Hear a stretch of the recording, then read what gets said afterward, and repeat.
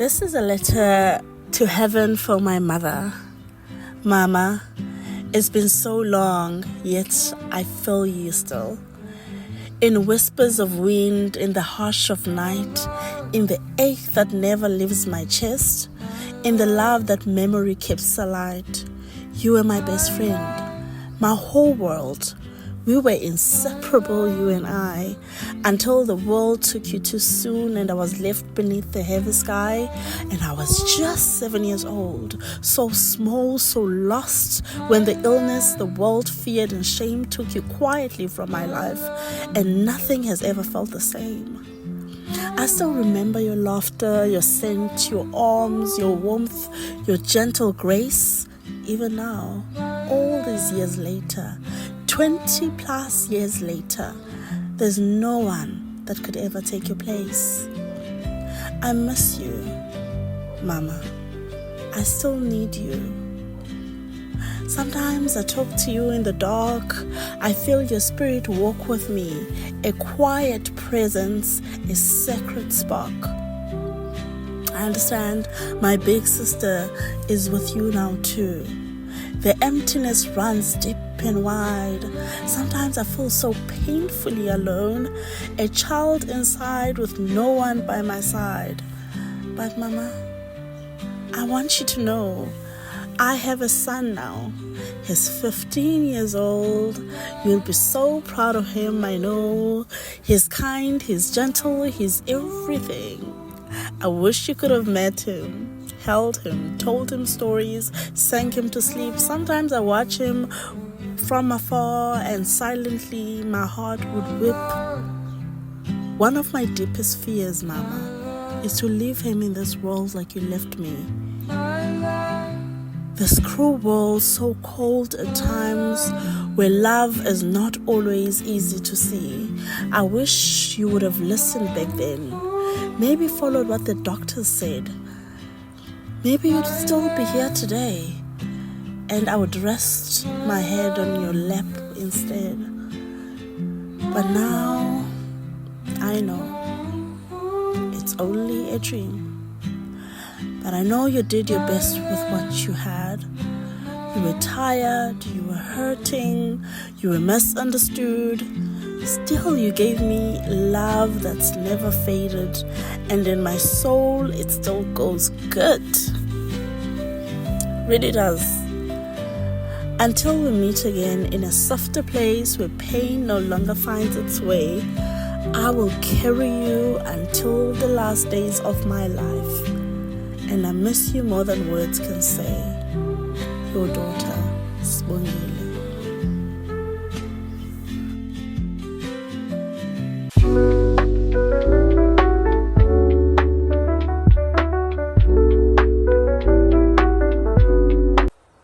Hello guys, and welcome to my YouTube channel. My name is Sibongile Matakane, but you can call me Sibo, you can call me Sibs, you can call me Ngile, you can call me Sboshi, whatever name you prefer. I really do not mind. If you are new here and you are wondering who is this girl is new on YouTube. She's still finding her niche, and she would love you to help her grow on this channel. So please do hit the subscribe button, the notification bell, so that you get notified each and every time I upload a new video. You can also share with your friends and your family and your other social media platforms, and just let them know that they should just come to the right app to say hello to your girl Swabbles. So guys, as per the title of this video, I'm sure you can basically see ukuthi kuzaba heavy. This is a video I contemplated a lot in making, but you know what, I was like, maybe there's someone out there who is going to learn from my story. There's someone out there who is going to get something from my story. Maybe there's someone out there who has a similar story to mine. So if there's something that says share the story, why not just share it? You know, what do I have to lose? So guys, today it is a sensitive topic to me.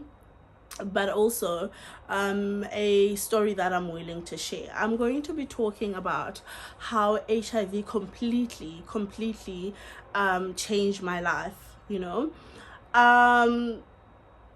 My mom was diagnosed with HIV. I didn't know this. She was diagnosed with HIV in the 90s. I did not know this, obviously, because I was young. I was born 1991. So I was really young by the time my mom was diagnosed with HIV. I don't know how long it took her after her diagnosis for her to become ill.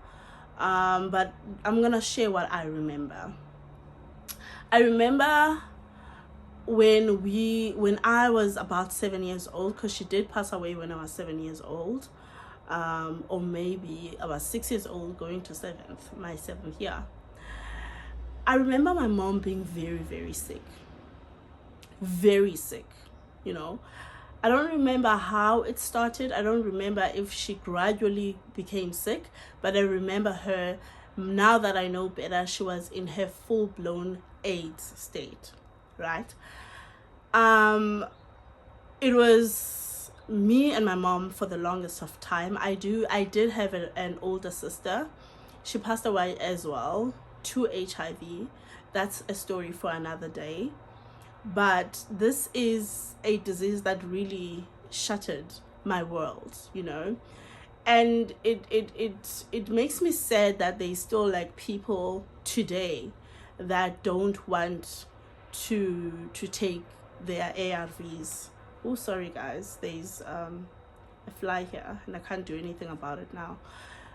There's still people who don't want to take their ARVs, you know. I mean, there's people like my mom who probably wanted to take ARVs, but they were not free at that time, you know. But also, for the longest of time, I was angry at my mom because I thought that she chose death over her children. I thought that she didn't fight enough. Only just recently did I realize that ARVs were not free up until 2004 in South Africa. Now, my mom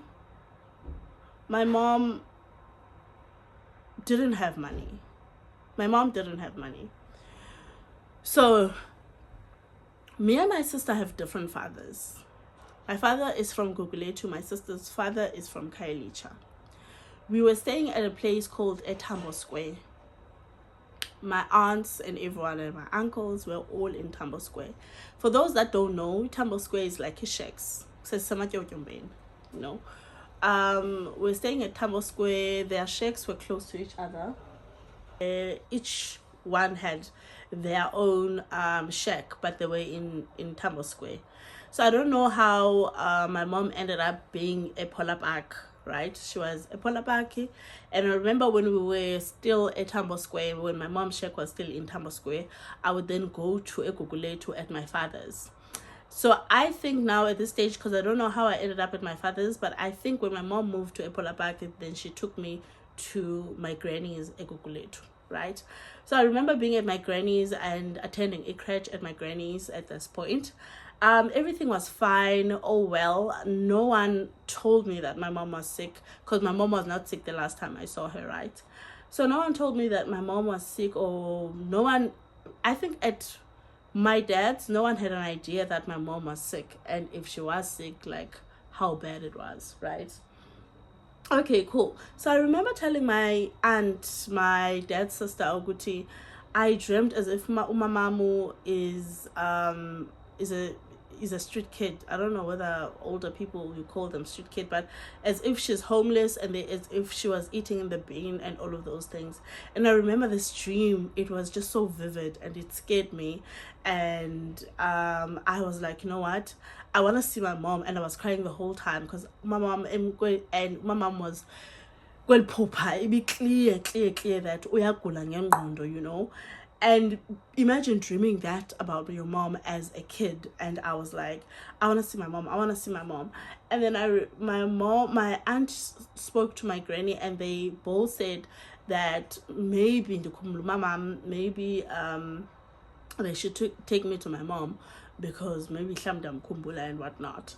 Okay, cool. And then I don't know who took me to my mom actually, guys, because this was like literally a long time ago. So someone took me to my mom, and I remember when I entered the shack, this shack was new to me. I've never been to this place. It was the smallest shack. It was smaller than the one we were staying in. A Polabak. It so small that you can mistake it to a toilet. And she was laying in this bed, and she was sick and so thin and so different. And for a second, I didn't think it was my mom. Guys, I don't know. We have a pandemic in Bugane Apa. Goodness. In Bugane, they're just all over, and this house is clean. Anyways, so for a second, I didn't think it was my mom, And yeah, and that was just the beginning of my mom and I's journey, really. Because being after that, to be honest with you, it was just me and my mom. My sister was at her dad's, Ekailicha, and she was at her teenage years. She didn't care. I think she had just turned 14. She was just after boys and wanted like the good life too, and for the longest time I was pissed at my sister for this, but it's a story for another day. Anything that has to do with my sister actually in this video is going to be packed for another time. Okay. I don't have enough water. Okay, so now my mom and I were like really struggling, really struggling.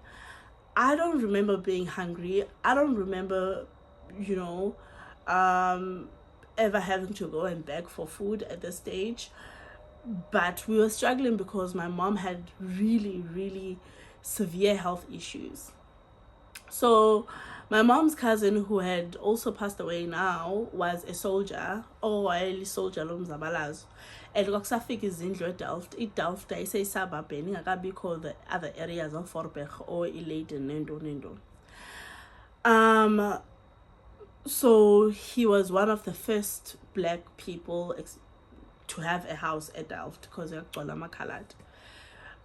so because he was always away, I think Sasisitina, like obviously family and stuff, every time I now know, but he was probably in the Navy or something. So he was always away. And he offered his house to my mom. He said, you know what, I don't like your living conditions and stuff like that. I think you should move to my house. So we went on and moved in this house at Delft.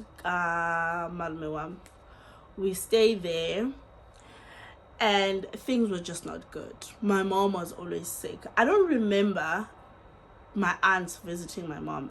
I don't want to lie. Maybe they did. I don't remember them, but I remember it was just me and her. It came to a point where my mom was bedridden. She had, at this age, I'm thinking this happened because my mom passed away when I was 7 years. So I'm thinking this happened when I was 5 years to 6 years, eventually 7 years. Because it explains why I don't remember some of the things that happened. And obviously being umdana, probably my mom didn't expose me much in all of these things. She tried by all means to keep that innocence in me, And so in Delft, that's when I actually do remember a lot of things. So my mom, my name, shingles all over. She was bedridden. There were times she could not speak. She could not utter a word. And my mom was so much in denial, guys. So much in denial. She had a picture of a pastor because she was suffering from severe headaches. She had a picture of a pasta that she always puts here and then wrapped a duck around her head. You know, when she was experiencing these headaches, she would sit still and just scream, and I would not know what to do. I'll just stand there and be like, Mama righty, Mama righty, or maybe cry with her. So obviously, being the only person in the house with a bedridden mom, you learn a lot of things early. Then make a primer stove in the middle of the room, and then she'll tell me what to add. She'll now teaching me how to cook. Add this, add that, add this, add that. I was also responsible on making sure go to uyaye toilet. I do remember my sister being around some days actually, where we would both take her to the toilet. And I remember washing her number twos in her clothes. I remember bathing her. And guys, I'm short. I'm a very short, and I was very tiny, you know. I remember doing all of these things. And I remember her preparing me for her death, because she would speak a lot about death and how much she would miss me, how much she would visit me when she's crossed over, when she has passed on. She made me believe I will physically like see her like standing there and be able to touch her. So that also gave me hope actually. But one of the other things that really hurt me about this whole thing was that my mom was not taking the medication that she was being given. She really did believe about uloyiwe, uyaloywa, because she was selling stuff, and she blamed people that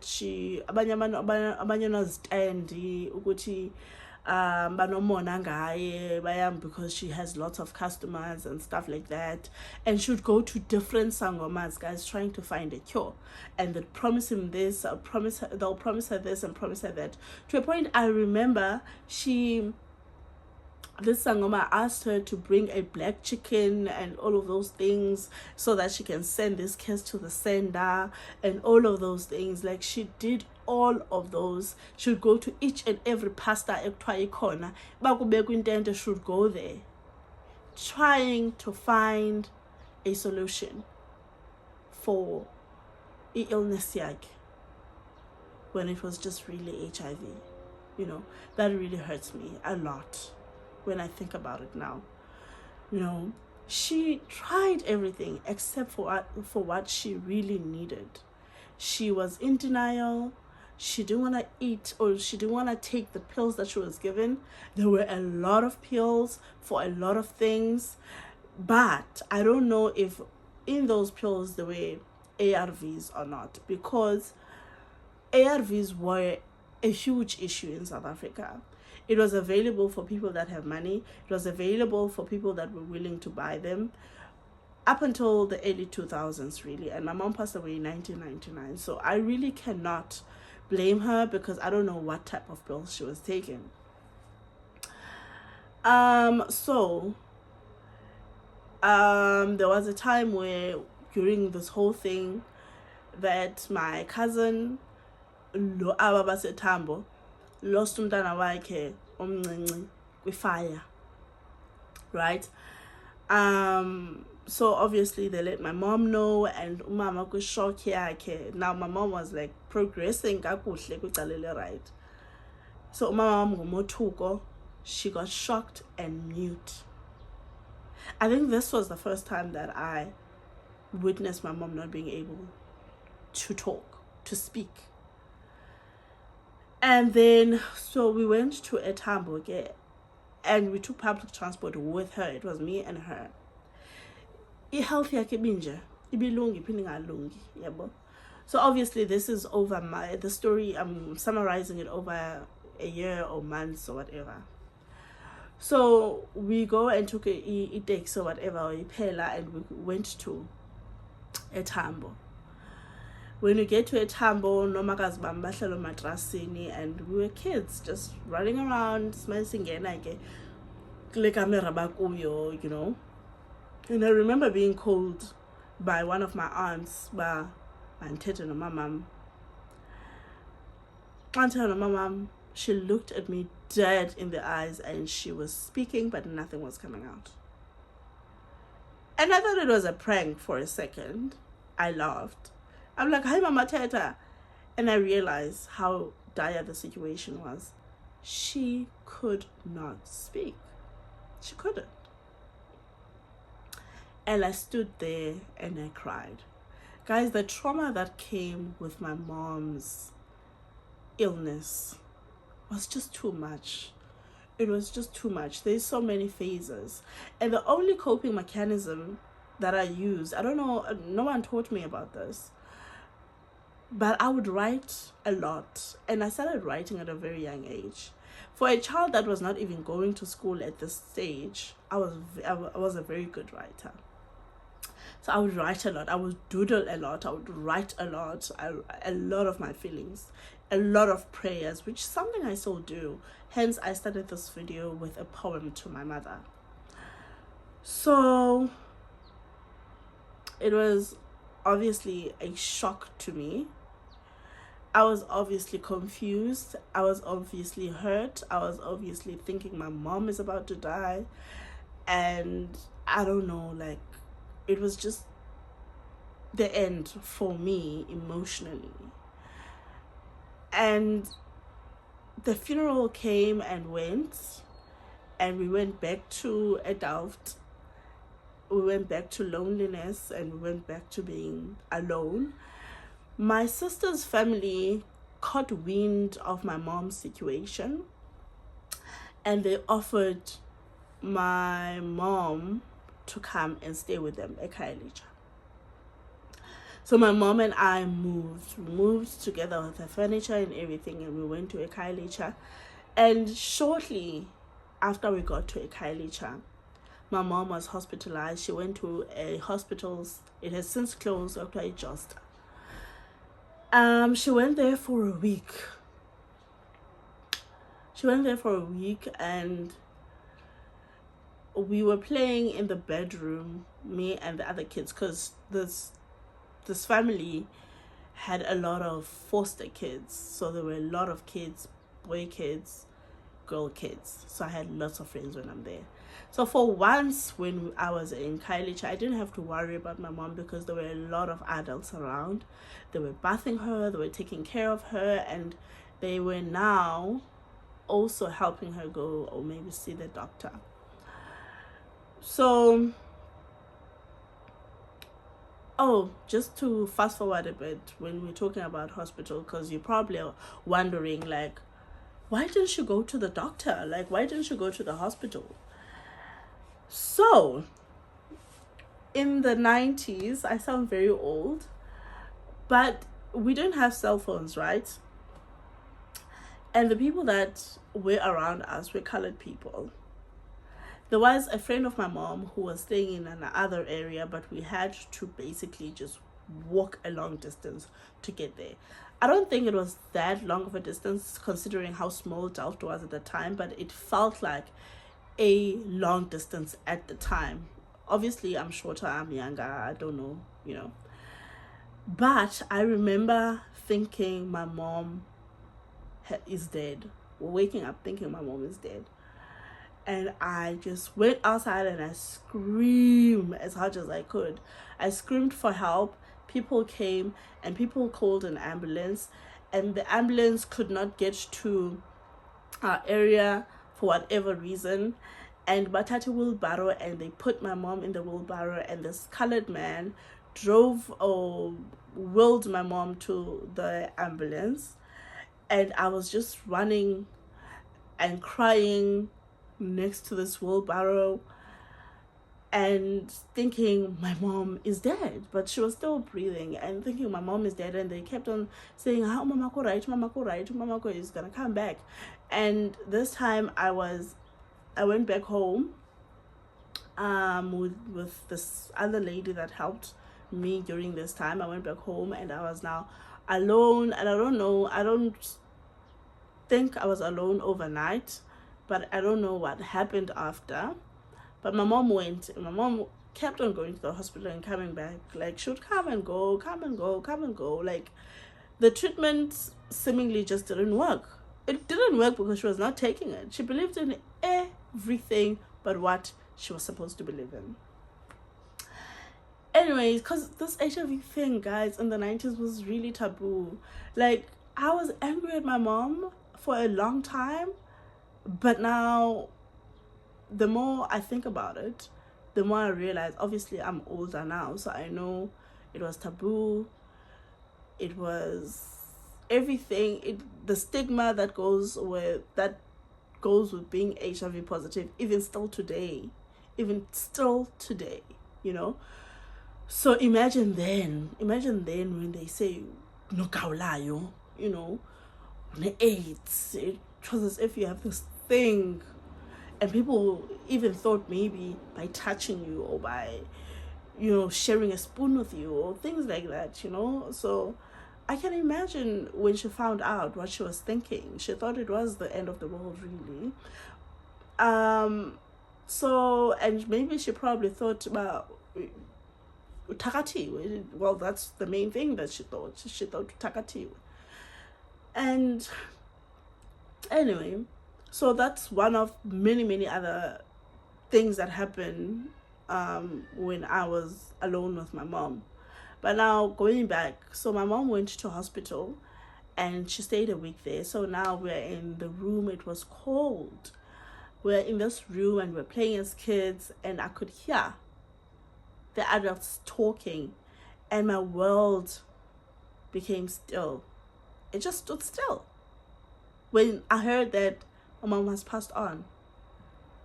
I just sat there. It just became quiet around me, and I was with kids and we were playing and we were laughing and we were making noise. I could hear them, but from far, these kids around me. And I just stood there and trying to understand what they mean, that she is not coming back home, that she passed. And I waited and I waited and I waited, and my sister, who I believe was 16 at the time, came to fetch me. And we stood there together. She was holding me on my shoulders, and they told us that my mom has passed on. And I remember my sister crying, but I don't remember crying. I remember being confused. What made me cry was that when my sister and I went outside, she kept on telling me it's gonna be fine. She's gonna take care of me. There's nothing wrong that's gonna happen to us, and all of that. Oh boy. Oh boy. That was the beginning of emotional roller coaster. A beginning of an ending to my childhood and a beginning of me having to grow up. I still cannot believe that. I have been grown since the age of 7 years. You know, I had no mom to rely on. The day of the funeral came. We did the funeral in Tambo Square at my aunt's. We buried her and stuff. Okay, that was no problem. Then shortly after we buried my mom, I think a week, if not a couple of days later, the biggest of them all, and it actually lifted up the new grave sites, and then they called the families to come and rebury their family members and stuff. So that, as if that was not enough, and we all went as a family, we all did this, and you know, I think it was just a couple of days, man. We all went and salungisa and came back. And then it was now because my mom had a sister that is in the Eastern Cape who was way older. My mom was the last born of 9 or maybe 10 kids at home, and she had an older sister in the Eastern Cape who was more stable than my aunts here, and who was married, have older kids, and all of those things. Like way older, like I'm way younger than my cousins, guys. Like I'm way younger. They are old enough to be my mom, honestly, to be honest with you, because of the age gap between my mom and her sisters, you know. So anyways, so one of my aunts took me to Eastern Cape, and my sister said she wants to remain in Cape Town. She's gonna go at her dad's, and that was 1999, and that was the last time my sister and I had contact. That was the last time my sister and I were able to speak, talk, have a phone call. Last time, from 1999. I then spoke to her. Oh, she came visit in 2010, and shortly after she passed away. So that's also a story for another day. Like when I say shortly, like a month after she passed away. So I feel robbed. I feel robbed by this disease, because I did say she also passed away from HIV. I feel robbed by this disease, you know. So the main reason why I'm sharing this story is not for you to feel pity for me. It's not for you to look at me any other way, but it's because I hear a lot of people here on YouTube, they share their HIV status and their journeys with us. But I have not heard someone who's been directly affected by this disease, by HIV. You know, I haven't heard someone sharing their story who's been directly affected by this. Some share their story from the first point, being the ones that have been HIV positive. And there's still people in our day, in 2025, that believe when they are being diagnosed with HIV that matakatiwe, and they don't want to take a pill, a single pill, and that person has kids. Think for your kids, because in as much as I was taken to Eastern Cape, which is also going to be a story for another day, my life changed. I completely changed. I was so surprised in 2011 when I came back to Cape Town to bury my sister, when I heard from my aunts and when I heard from my father's family how bubbly of a child I was, how talkative and bubbly and I was. I don't remember being like that. Now that I'm older, I'm independent, I'm alone, and you know, I can see that in me. I can see that I'm not shy. I can see that I may be talkative. But then I lived for the longest times in my shell. I died when my mom died. That is the only way I can describe this to you. I died when my mom died. And being raised by someone who is not your parent is totally different. I know it's not the case to each and everyone, because I'm raising my stepdaughter now, you know, and I'm giving her all the love. And I want her to have the best things. I only think I'm able to do that because I want to be the mother that I wish I had. You know, I had a lot of trauma, a lot of emotional damage, because also losing your mom to me, it was, okay, I lost my mom, I buried my mom, and that was it, you know. Never counseling. I mean, you don't really, I mean, I don't know, guys, but I don't want to sound bougie and be like, oh, I needed counseling, whatever. But it was never, it was as if she's forgotten. People moved on, and I was expected to do the same too. And I struggled. And I went to a new place with people that don't really care about my well-being, well-being, you know. And my mom, my aunt was just not, is still not the best person, you know. She is one of the people that is very emotionally abusive, you know. She would curse at me, and she should yo, that is also a story for another day. Like, she emotionally and verbally abused me since the day I landed in Eastern Cape, you know.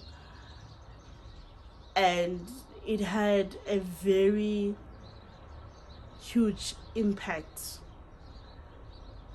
in my social skills. Like, and even still today, the only person that I trust with my emotions, with my everything, is me, is myself, and I. You know, I have a wall. I can read people from far. You know, so those are the other things that when you decide not to take your pill, think of them. Think of your kids. Think of your kids. You know, it's just not nice to hear people dying from HIV in 2024, because there's people that died seeking for free medication. You know, Onkosi Johnson died seeking for free medication for South Africa, and we have it. And then there's people who voluntarily want to die. Like, I just can't fathom that. But guys, that was just one of the things that I really felt like I should share on my channel. You can click like, subscribe, comment in the comment section if you feel like I should do more story times, because I've got gallons of story time. But also, guys, like I said, this is not by any means me trying to seek for sympathy or empathy or whatever from you. This is mainly for educational purposes, and maybe see the impact of not taking your medication. And I still need my mom, even still today. I still need my sister, which I never had time with, you know. And it makes me wonder what life would have been like. How would I have turned out? Those are the things, those are the questions I would never know. Those are the questions I would never know the answers to. How does it feel to have a mom? How does it feel to have a sister? Those are the questions and the things and the feelings I would never feel again, you know. So guys, please, before making excuses, not taking medication, think of the implications it comes with. Anyways, guys, thank you so much for tuning in. Thank you so much for clicking on my video, and thank you so much for watching up until this time, up until the end, actually, sorry, please click again the like button, the notification bell, so you get notified every time I upload a video. Please share with your friends, your family, your colleagues, your everybody in your circle, baby. Tell them about this lady that's recently or newly on YouTube that needs your help to help me grow. Alright guys, thank you so much.